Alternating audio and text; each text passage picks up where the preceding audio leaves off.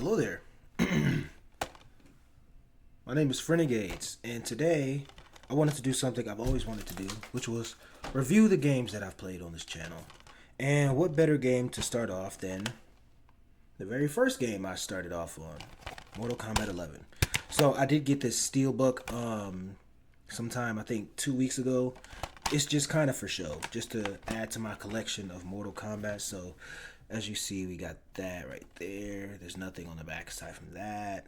You know, honestly, getting the actual game cover is, its own thing. If if this happens to work, if this just happens to work, and anybody wants to use that, feel free, because I don't need it. I already have all the DLC to this. So anyways, Mortal Kombat 11 is the 11th game in the main series of Mortal Kombat, of the Mortal Kombat series that was started off in 1992 by Midway and was revamped and rebranded in 2011 by the I don't remember if it's a subservient or if it's just a kind of like, I believe it's more like a reincarnation of Midway, where they took some people from Midway and just put them under Warner Bros. Under the name of NetherRealm Studios. This is the fifth game. Is it the fifth? It's the fifth game to be released under NetherRealm Studios, with its predecessor being Mortal Kombat X. I would consider this to be not an immediate sequel to Mortal Kombat X.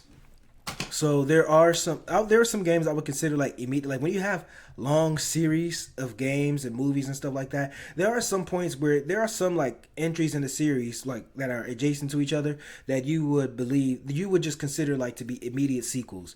And so this is not an immediate sequel to Mortal Kombat X in my opinion.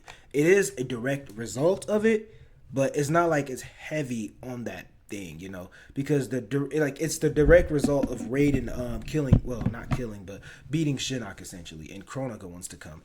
So the direct, MK1 is more of a direct result because it leads directly after Liu Kang's win over Shang Tsung at the end of Aftermath.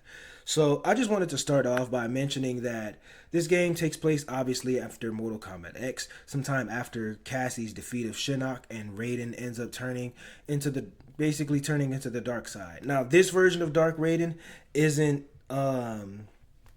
different from the previous incarnation of him in Deception.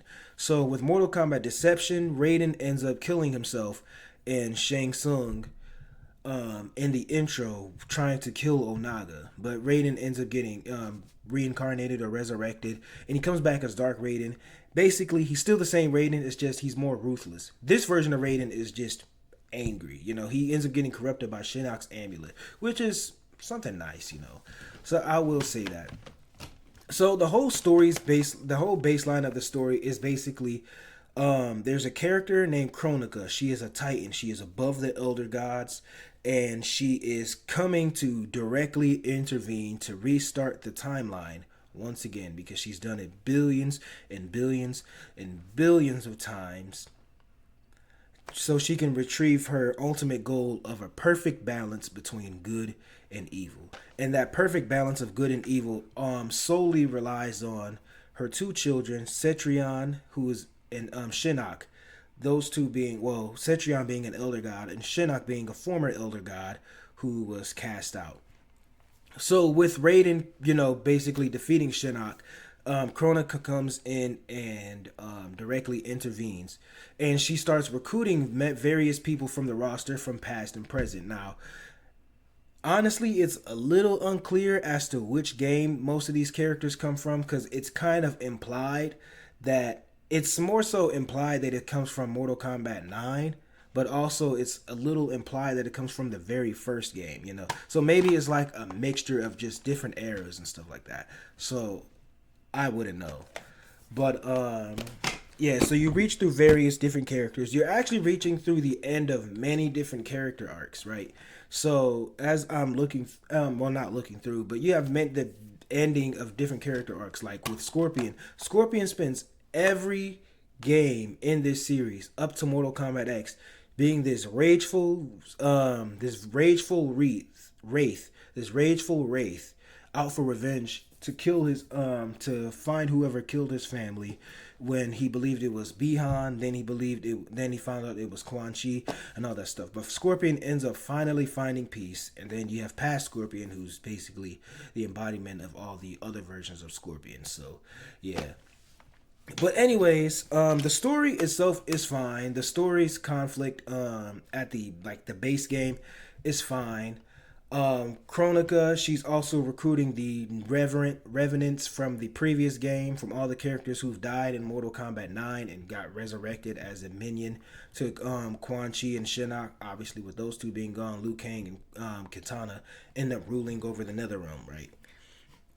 So as we go on, Kronika's recruiting, and then you have people from the past and the past and the present go on to basically join forces to fight against this version of evil. So I'm not gonna go through every single detail or anything like that. This fighting in this game is pretty solid. It is definitely casual friendly. Is why it's my personal favorite Mortal Kombat game, right behind Deception, because of the playstyle and the graphics. Everything about the playstyle and the graphics is nearly perfect. I mean, combos, they're not like super easy to do, but they're pretty easy to do. They're easy to do, and they're easy to memorize. The fatalities, the friendships, the brutalities, the stage fatalities, all of it being added together just makes this game so much better.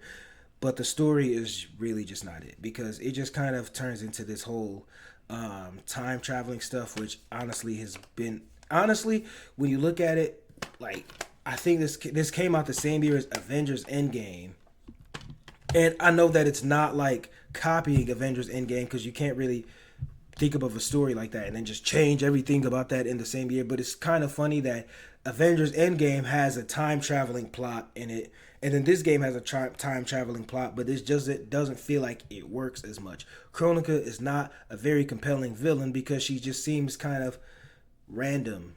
Because like before the Elder Gods, the whole lore with the Elder Gods was that the only thing that was above them was the one being, which was split into the six realms, which I don't know where Kronika comes from in that. Is she more powerful than the one being, or is she less powerful? It just seems kind of weird. Or does the one being just not exist? I have no clue. I have so many questions. I really would like for them to be answered, but I would genuinely like for them to be answered. It's not like I'm gonna insult anybody who does answer this. So yeah, you have different characters that fight throughout the roster. This is actually, I want to say, the second biggest roster, including the DLC. So the whole story plot ends with Liu Kang, obviously the big hero of the series. Liu Kang has gone through so much, going through multiple deaths, like through Deadly Alliance, through Armageddon, then he dies in MK9, then he kind of dies. Oh, there's like 3 deaths, and then, he resurrects, he gets into this fight with Raiden, and because Raiden, the past Raiden is, I have to mention this. So with the time traveling stuff, present Raiden disappears, he dies basically, and past Raiden comes by, and as the story goes on, he starts to progressively turn into Dark Raiden, which leads into a fight with Liu Kang. And after Raiden realizes the error of his ways, he goes ahead and gives his power to Liu Kang, and Liu Kang becomes the Fire God Liu Kang, which is the version that we see in Mortal Kombat 1. And with that, Liu Kang is able to stand a chance against Kronika, who was looking for this crown, that basically helps her shape the, entire history, you know what I mean? So Liu Kang goes on and beats her, he defeats her, and that's just kind of it. So, we lead into the story of Mortal Kombat 1. Or so you thought. So, So with Liu Kang defeating Kronika, her crown breaks, and with that, he's not able to reshape history. So what happens is the stuff that happens in Aftermath. It's a 5-chapter. No, I think it's 5 chapters. It's a 5-chapter story with some DLC characters: Shiva, Sindel, Shao Kahn, Who else was in that DLC? Shiva, Sindel, Shao Kahn, and like two other people, Fujin and Shang Tsung. That's who. And yeah, Fujin and Shang Tsung. So they basically they're part of this like small task force that were the reason why they weren't in the base game is because they declined Kronika's deal and she sent them off into the void. So you go into the past and they basically come from the past with even Pastor Raiden. I don't know how, but okay, well, not Pastor Raiden, but you find them. They go back into the past to try to reclaim Kronika's crown and all that good stuff. And obviously, with Shang Tsung being there, he betrays everyone. He betrays he betrays everyone. Fujin and Raiden. Fujin, who was stupid enough to actually trust Shang Tsung. Sindel and Shao Kahn, who were foolish enough to believe him. Sindel being revealed as a villain throughout this series. They just kind of retcon her whole looking evil but being a hero kind of thing, which honestly, I like it. I know a lot of people don't like it, but I personally like it. I don't mind it. Sindel kind of gives off like dominatrix energy, and it's not something that I say I would like, but I'm not gonna say I dislike it either. So yeah, but anyways, let me take these off. So anyways, Shang Tsung kills everyone, and the Shang Tsung ends up having hold of the crown. So the final fight between Liu Kang and Shang Tsung leads into two things. You choose Liu Kang, you defeat Shang Tsung dies, and it leads straight into Mortal Kombat 1. You choose Shang Tsung wins, Liu Kang dies, it leads straight into Mortal Kombat 1, but it's not the big plot of the story. It's basically Shang Tsung so it's basically canonical that every character in this game wins. Because with Kronika's defeat, it basically branches off into multiple different timelines where somebody else wins. Even people of the past like Havoc, even people who weren't even in the game like Havoc, Kratos, essentially, Havoc, Kratos, somebody like that. So anyways, everybody gets their own timeline that they rule over. So they defeat Kronika, they rule their timeline, and they have their own endings. So all their endings are canonical, leading into Mortal Kombat 1, as you may know about. But this game is fine. It's not a great story at all, I will be completely honest. I know I'm missing a lot of details. I don't care to go back into the game and talk about every minuscule detail. And I don't want this to be like a 30-minute video. I want this to be a quick, something you can just digest. Something you can just eat, digest, go on about your way. I wanted to add more stuff into this video. So, Mortal Kombat 11, its story is iffy. It leads into an iffier story, but I'll get onto that when I finish Mortal Kombat 1. I will have more reviews upcoming. I will say I will do a review like twice or thrice a week.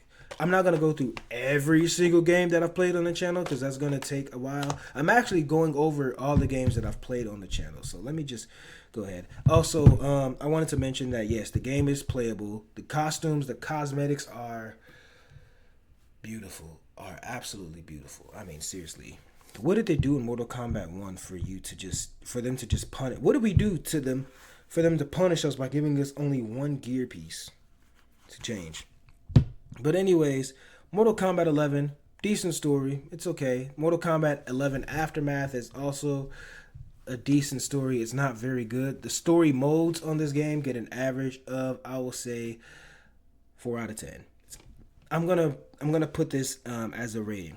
So on my scale of 1 to 10, of 0 to 10, 0, I hated it. I think it's really bad. 1, it's bad, but I don't hate it. 2, it's bad, but I don't feel strongly about it. 3, it's bad, but I like it. 4, it's average, I don't like it. 5, it's average, I don't feel too strong about it. 6, it's average, but I like it. 7, it's good, but I don't necessarily care for it. 8, it's good, I like it. 9, it's good, I love it. And 10, it's great, and it's basically just perfect, So yeah, the gameplay, I will say it gets a 9 out of 10. I will admit that it is a 9 out of 10. The only improvement in this game, I will say, is Kronika's boss fight, because her boss fight honestly, it's annoying, but what fighting game boss fight isn't annoying? How do you make a proper fighting game boss fight that isn't unfair? That just kind of raises the question. But so I gave this 4, 9. So let's see. 4 plus 9 out of 10 equals 13. So that means divided by 2, 6.5 out of 10. So yes, would I recommend getting this game? I do, but I do not recommend going through the story. And yes, I know I missed out on a lot of stuff. You know what? Let's go ahead and add more to my rating, okay? I'm going to add more to my rating. The other stuff that is in the game, that it introduces you to the Towers of Time. It's basically the multiverse stuff. It was basically the multiverse that was in Injustice 2, which is random towers that you can do is like a live service. So they're random towers that get added and taken away as time goes on. As the days go on, they have a time limit. You beat them, you get rewards and all that good stuff. So the Towers of Time is an amazing idea. I'm glad they brought it back in Mortal Kombat 1. I will be reviewing Mortal Kombat 1, as I said, once I get done with that. So yeah. And also there is one thing, the Crypt. This is the last game to have the Crypt so far. The Crypt was introduced back in Deadly Alliance back in 2002, and it's been every game except Mortal Kombat versus DC. And this is so far the last game to have the Crypt, and it is amazing. It is like playing a completely different game. You are playing with a Scorpion-esque character. You are a Shirai Ryu member. You get various weapons. You go through the Crypt. You unlock certain things. You play throughout the game as well, through the actual game, and you unlock certain things. You get rewards. You get all these. You get all these keys and stuff. But I will say the most difficult task, the most time-inducing task, is getting into Shang Tsung's throne room, which out of every character in the base roster, in a tower, you have to perform a fatality on each character 25 times. Every character in the base roster, no DLC characters, okay? And I managed to do that. Shang Tsung's throne room is fine. It's not super great, but it's fine. You know what I mean? It has some decent cosmetics in there. It has some great cosmetics. It has some cosmetics that I wouldn't use even on my most desperate day. But hey, you know what I mean. So I would say the Crypt. I'll give that an 8 out of 10. So 9 plus 4 plus 8, 21 divided by 3 is a 7 out of 10. So Mortal Kombat 11 gets a 7 out of 10. Would I recommend this game? Yes. I don't recommend playing the story mode. I will be completely honest. Yeah, I will be completely honest. I wouldn't recommend playing through the story mode. It's not that it's horrible. It's just really boring and forgettable. As you can see, I didn't go through the story that much. But yeah, my name is Frenegades. That was the review to Mortal Kombat 11. I will see you maybe tomorrow. I'll see you tomorrow for my live stream. And I will go on and record my NightTube video sometime after I get done playing The Sims. So yeah, I'm out. Hope you have a blessed day. I'm out. Goodbye.